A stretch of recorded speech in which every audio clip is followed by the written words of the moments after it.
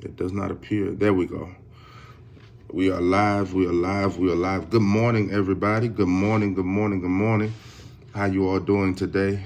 Y'all come in the room. I'm gonna give you a second to come in the room this morning. As you come in, do me a favor: like, share, invite, comment, share this word with somebody. Listen, I'm gonna pray with you all real quick and let you get on with the rest of your morning. I pray you are doing splendid, that you are having a favor-filled week and a favor-filled day. Listen, don't let anything steal your joy today. Listen, you are a fruit bearer.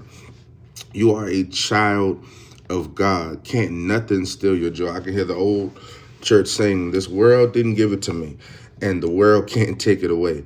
This joy that I have. What's up, everybody? Good morning, good morning, good morning. As you come in the room, tell us who you are, where you're watching from. Tell somebody good morning in the comment sections.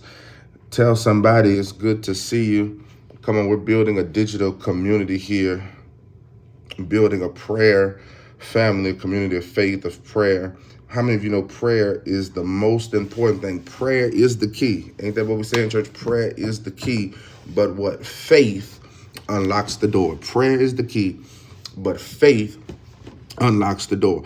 And many years, a lot of times we say stuff in church without knowing what it means. And when you really think about what that means, it's that you can pray and ask God for something, but if you don't even believe what you're praying for, it won't come to pass.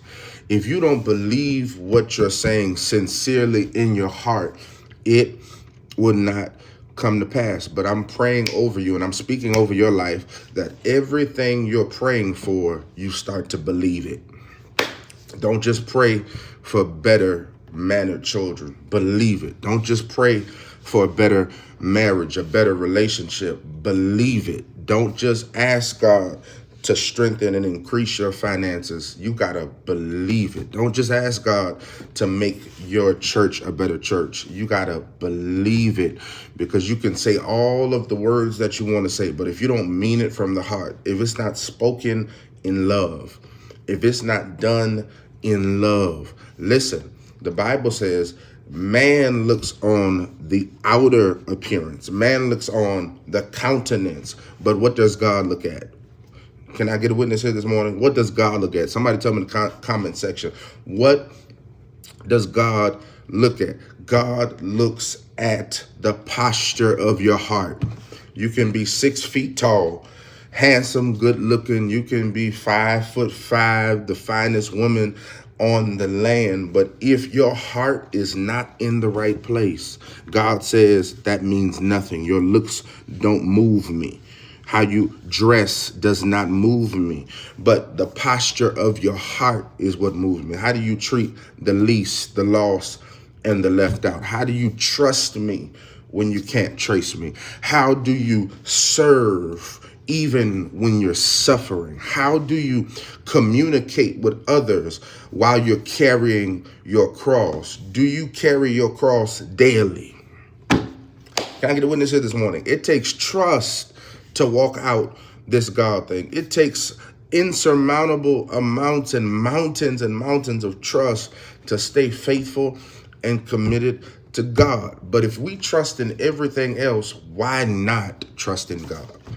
You trust in your job to pay you every week. You trust in your husband and your wife as much as you trust them to be loyal and faithful to you. You trust in your car to start every morning. You trust in all of these other things. You put your trust in thousands of different things every day, every week, but you fail to give God a try.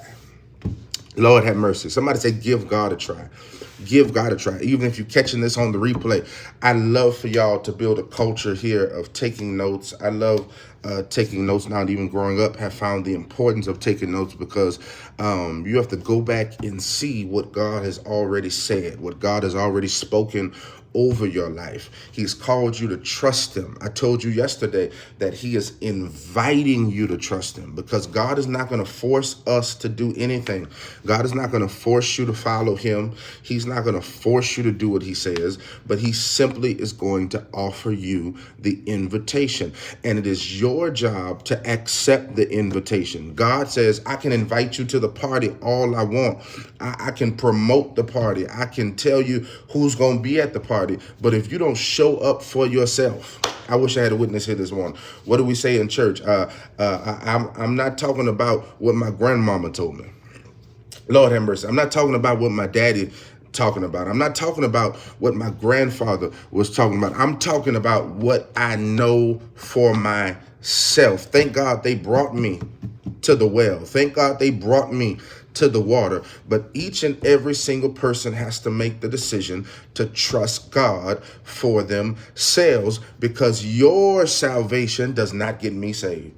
And my salvation does not get you saved, because I have to make up in my mind for myself that Jesus is the way, Jesus is the answer, and Jesus is the ruler of my life. And if I don't allow him to rule my life, because I never walk in full trust, in complete trust to his word, to what his word says about me, to how he wants me to act, wants me to operate as a Christian, if I never am operating and living in the will of God, I'm always going to live a substandard life, because I am not following the full counsel of God.